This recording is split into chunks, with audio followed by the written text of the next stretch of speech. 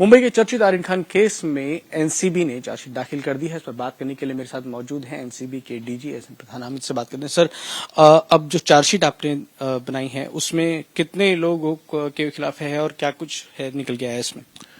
देखिए, 20 लोगों पर इनिशियल एक्विजिशन था। इसमें से 14 लोगों पर पुख्ता सबूत पाए गए और 6 लोगों पर सबूत नहीं पाए गए।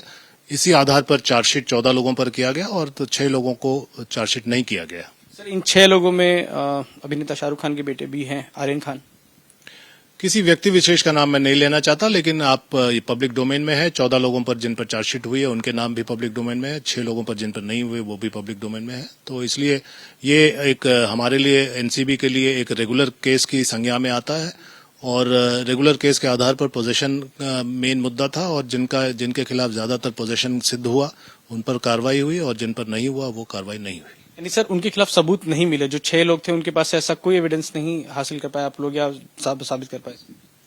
बिल्कुल दीगर बात है कि जो भी इनिशियल एक्विजिशन था वो इन पर पूरी तरह से तहकीकात की गई और तहकीकात के आधार पर ये पाया गया कि 14 लोगों के पास या तो पोजेशन था या उनके कहने पर रिकवरी हुई इत्यादि, और या फिर उनके खिलाफ दूसरे ने स्टेटमेंट देकर रिकवरी कराई या पोजेशन सिद्ध हुआ, और बाकी 6 के खिलाफ इस तरह की कोई बात आई नहीं और सिद्ध नहीं हो पाया आज के डेट तक। सर, क्या इसमें आने वाले दिनों में आप सप्लीमेंट्री चार्जशीट या कुछ और एडिशनल एविडेंसेस देंगे सर?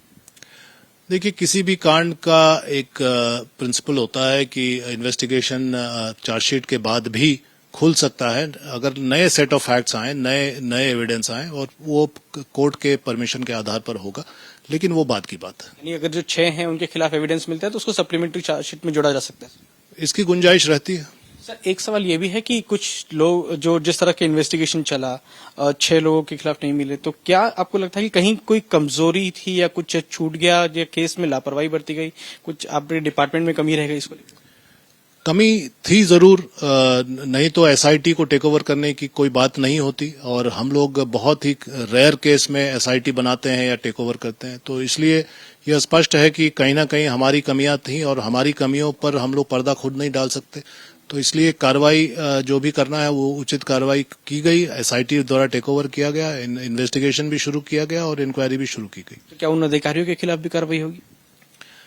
जो उचित होगा, जो जिस तरह से दोषारोपण अगर मिलेगा, अगर कुछ कमियां मिलेगी तो अवश्य कार्रवाई होगी। एनसीबी के डीजी एसएन प्रधान, जिन्होंने बताया कि इस केस में 20 में से 14 लोगों के खिलाफ चार्जशीट दाखिल की गई है, जबकि 6 लोगों के खिलाफ कोई सबूत नहीं मिले हैं। कैमरामैन भूपेंद्र रावत के साथ professor Shrivastava, ABP news Delhi.